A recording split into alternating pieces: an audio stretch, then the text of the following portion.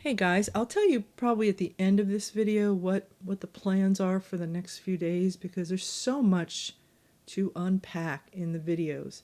And we're really going to get into some stuff about the dynamic of, since Kekel brought it up, about him not being a cult leader. And he was talking about how Dennis is, but just because you're not like someone else doesn't mean you're not that thing as well, on a different, just on a different level, a different level of extremism and controlling and coerciveness.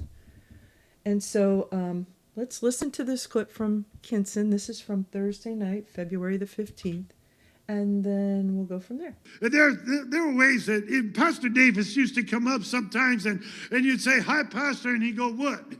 And he'd put his fist up and he'd hit you right on the shoulder. And I remember some babies whining and crying about it, but my goodness, that meant I was good for another year. He'd never meant it, my goodness. He was just having fun. I'm going to read something for you. This was written by Brian Pelfrey when we first got out, probably within a year of us getting out, actually, because it took time to progressively look back on things and write about things and think about things. And you don't leave a group like this, at least we didn't, and right away say, "Oh, we were in a cult. Whew, glad we got out of there." You just knew people weren't being treated right. You just knew the leadership had no intention of changing. And so it's through studying and research and all, and thinking, having time to think, that you can see things, and it becomes, actually, the further away, the clearer it gets. It's really something, isn't it? And so I'm going to read this. It's a little lengthy, and then I'm going to post it on Facebook, my Facebook page, which is Stay Away From NTCC, and also on the blog, which is stayawayfromntcc.blogspot.com. And I will hopefully remember to put the links down in the description, but I tend to forget. This is entitled, "Why Does R.W. Davis Hit People?"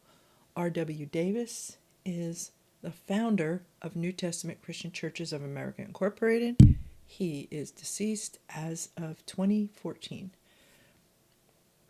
This still shows, and Phil seemed to think it was important to bring up.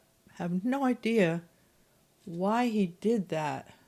And when you want to point to the love or concern or care of someone, this seems an odd way to do it, because we're going to also add a few other clips in after this. So let's proceed.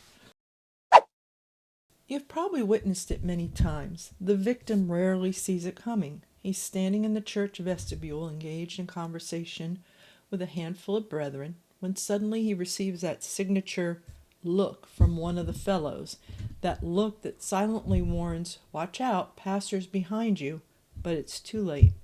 The stinging impact comes quickly as the target's head tucks forward amid laughter from his friends. Wearing a smile, he turns to greet R.W. Davis with a cheerful, "Hello, Pastor." Circling within the group, Davis eyes each potential mark as a predator surveys its prey. The boys are giggling and grinning as a second gets it in the solar plexus, trying hard not to double over in pain, trying harder to keep smiling. "What are you laughing at?" he jokingly demands of a third. "Nothing, sir," he answers with an attempt at a straight face. Davis seizes him by the brachial nerve that runs just above the elbow inside the upper arm. The young man stiffens, turning several shades of red in the next 10 to 20 seconds as Davis casually talks to the group, never releasing his arm. He turns now and punches another hard in the shoulder, knocking him backward, eliciting another laugh. Finally he departs, and the group is left to return to the conversation, each one grateful that Pastor has paid attention to him. "If he's hitting you," they say, Then at least you know he hasn't forgotten about you. I told myself for many years that this was indeed the case. Like an abused wife, I thought that Davis's physical beatings were akin to love taps, and that I ought to be grateful for the attention, any attention from the man of God. I was sufficiently convinced of Davis's status as God's man for our time to regard his poundings as grandfatherly renderings of affection. In retrospect, and in light of NTCC's overall abusive character, I must now question my own view. Successfully rationalizing my own situation, I did not feel personally abused, yet I saw the abuse handed out to others. I wonder why this is excused and explained away in the context of a Christian church. I wonder why so many Davis loyalists become more and more childlike with the passing of time. I'm forced to ask the penetrating question, why does R.W. Davis do this to people? If R.W. Davis is truly a great prophet and spokesman for God, why is it that so few of his contemporaries joined him in his push to start a new organization and Bible school during the formative years of NTCC?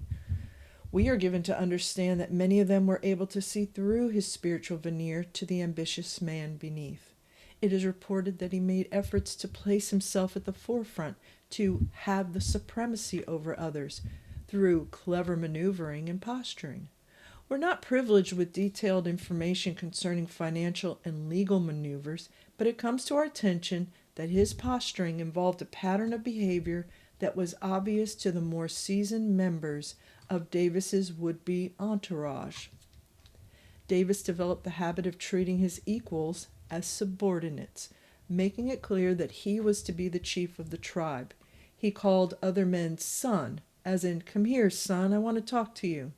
His fictional status as God's man seems to have fooled a very few in the beginning, such as Jim Johnson and Joe Olson, who were only boys at the time and looked to Davis as a father. To this day, their primary duty is to promote Davis as God's man on earth for our time. Such an individual forms a lifelong habit of keeping everyone around him in a subordinated position by any means necessary. Davis is surrounded on all sides by a loyal mob of obsequiously obedient lackeys who have long since surrendered all pretense of individuality in exchange for whatever crumbs Davis might condescend to mete out to them. Lacking a proper perspective on the world around them, they live for the next opportunity to rebuke a fellow human being with, "Don't you say that about my pastor. He is clearly their vicar, as well as the bane of their lives, in that they live in fear of his disfavor. They fear the moment may come when Davis demotes them for some perceived offense or failure. They know that they're subject to public humiliation for any or no reason. They know that there is no defending oneself, even if Davis accuses them unjustly. The philosophy is often expressed among them that if Pastor blames me for something I didn't do, I should be thankful, because there are plenty of things I have done about which Pastor never said anything." The implication is not that Davis does not know everything, but rather that he does indeed know everything by way of the Holy Ghost, yet mercifully chooses not to take action in select cases. Add to this tension the dreadful environment of physical danger in which grown men flinch in the presence of one who thinks he has the right to strike them. Davis may lash out playfully at any moment and inflict pain upon an individual whose responsibility is to accept, without question, the fact that he had it coming. Clearly, the motive behind this is nothing more or less than chest-thumping assertion and dominance of the immediate environment. But what is the eventual result of this sort of treatment? The psychology of the dominant male is one about which volumes are written. For example, it is no secret that many cult leaders are attractive to the women with whom they come in contact, and that they frequently take advantage of a woman's being drawn to a powerful man. The combination of bold assertion of power over other men, plus the tearing down of the dignity and status of other men, weakens the bond of respect and admiration between those men and their spouses, while simultaneously drawing the women toward the focus of power, which is none other than the cult leader himself. We are not attempting to perpetuate rumors of Davis's misbehavior long ago, only to point out a common pattern of those who strive to manipulate others into submission.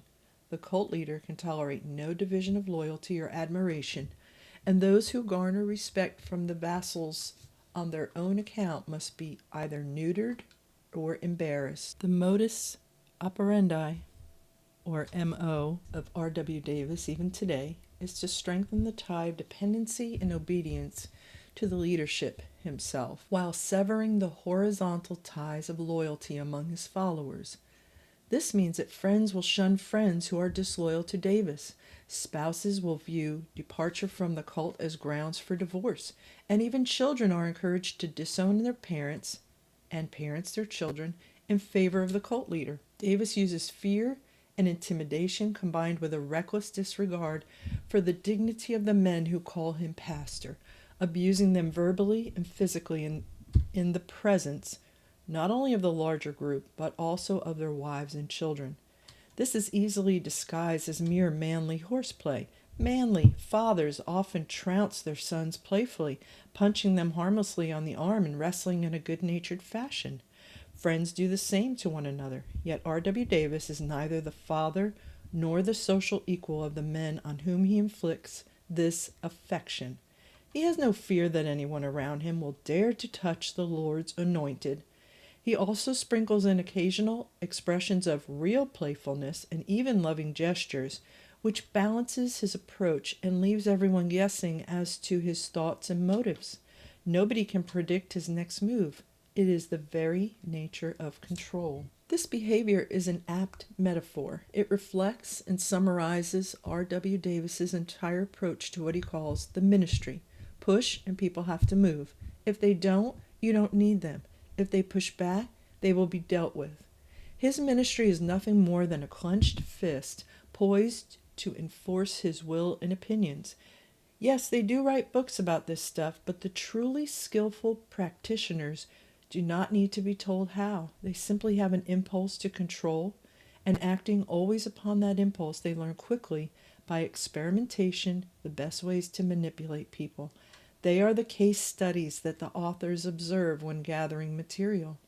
If you doubt or scoff at what we're saying here, perhaps you would like to tour the inside of a child's mind for a few moments to see what this atmosphere creates in the eyes of the most keenly observant among us, your kids and mine. The following essay is compiled from the words of my daughters. Sometimes I would see Pastor coming and thought, maybe I should stand in front of my dad, that way he wouldn't hit him. But then I thought he might bonk me on the head, which he had done a few times, and one time it hurt all night afterward. I would wince sometimes when I saw him do it to people, because it looked like it really hurt. I just thought he was mean. A lot of kids think the same thing, and we were all sort of afraid of him. When we were all playing and Pastor would come driving up, we quickly found something to do that looked less, well, rambunctious. We weren't doing anything wrong. We just tried to avoid getting his attention if we were playing, because he always had something to say about it, and we were afraid our parents would get in trouble. And when we went to church, we never knew if we were going to get hit on the top of the head or if our dad was going to get punched, and it was just uncomfortable because here was this room full of adults ready to flinch when he walked past them. When Pastor would hit Daddy, I knew he wasn't trying to hurt him, but I thought it was demeaning. There was something about it that took away his dignity a little bit. I just thought, why does he have to do that? He does whatever he wants to do. He does whatever he wants to do to people, knowing that they won't hit him back. I sometimes wondered, why doesn't anybody hit him back? I always thought it was pretty obvious that he goes around hitting people because he knows they aren't supposed to touch him at all. These children are not lying. They're not making this up. And do you know something else? They have friends among the other children whose parents were subjected to the same treatment, some of whom remain loyal to NTCC. Many children are afraid to speak their minds to their own parents, but feel very comfortable addressing their misgivings to other children whom they trust. If you're reading these words and are currently an NTCC member or minister, be aware. There exists an underground tremor among your own children and their friends at church. They feel the same way that our children do. They have said so. They largely agree with these feelings and observations. They see R.W. Davis as a fearful figure, someone to steer clear of. They hope that they themselves will not be singled out for abuse or ridicule. The environment is stressful for them, and they hate it. As your children, they would do anything to please you. They know that this church and your ministry are important to you, and so they go along seemingly happy and content. And yet, okay, that's the end of that. I just want to quickly share a few other clips that KINSON shared about his loving pastor, the founder of the group, this group that isn't a cult, that isn't controlling, not coercive. I'll just say this, if you can listen to some of these clips that follow and think there's nothing wrong with it, then really, I really hope you will step back a moment and say, why don't I find anything wrong with this? And is any of how Phil describes his pastor, who we were told, the first man up before the throne of God, one of the 4 and 20 elders, all these things. He was the man who was going to usher in this last great move on the earth, which has fallen into the hands of Kekel and Olson now. Is this what you expect from someone who follows Christ? In the words in the very KJV New Testament that this group adheres to, supposedly. And for all those who have been out in churches or are in churches now, and especially servicemen's homes, oh my goodness, so many of those men and their wives are like little dictators over their little kingdoms.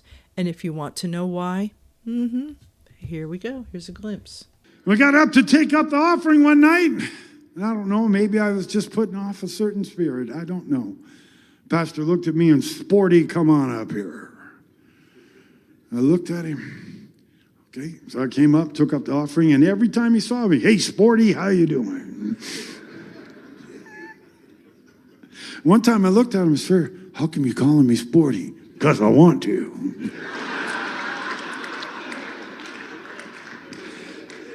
And looking back, it was something I couldn't even see. Everything was going so well that maybe I just began to exude a certain pride.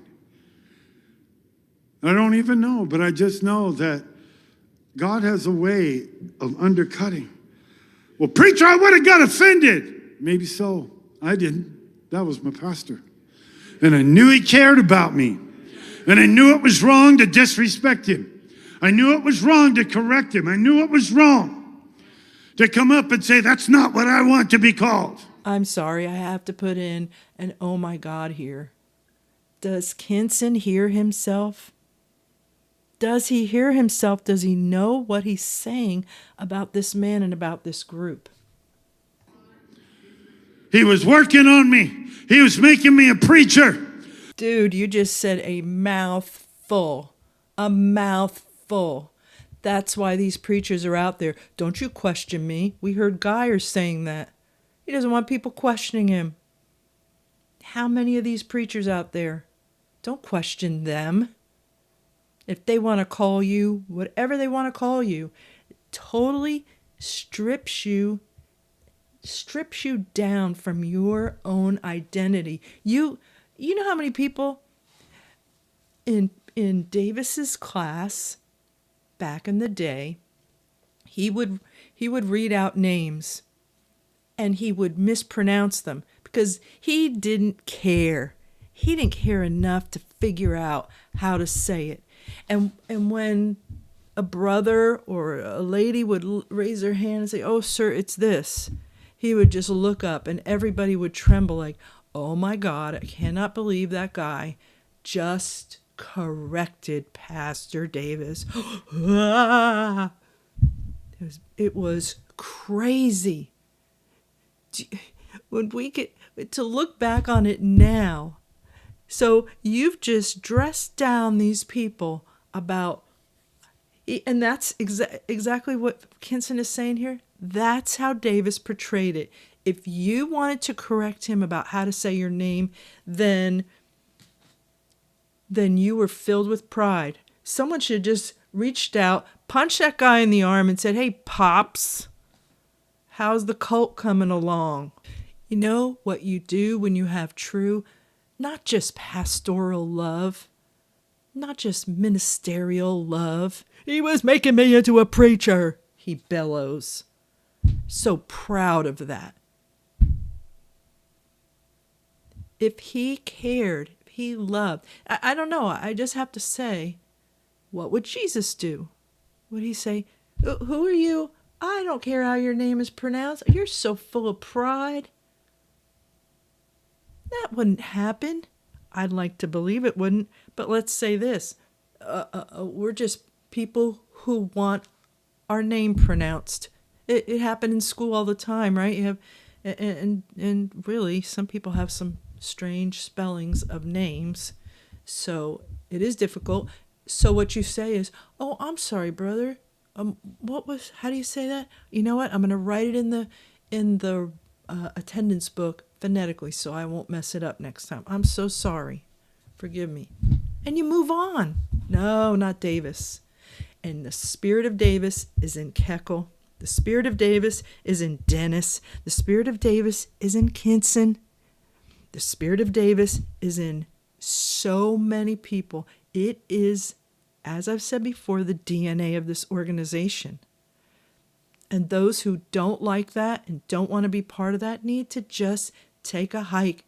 You can, outside of the house of God, be saved, be joyful, be refreshed, be moved, be inspired. Oy. I'll never forget those days or regret them. Why? Did you like everything? No. But what? It all began to come together. And when I got up to preach in my first church at 24 years old, the Holy Ghost came down and saved people. I thank God for every lesson. I thank God for every prayer meeting. I thank God you were working on me. I find that just a slightly tad bit braggadocious.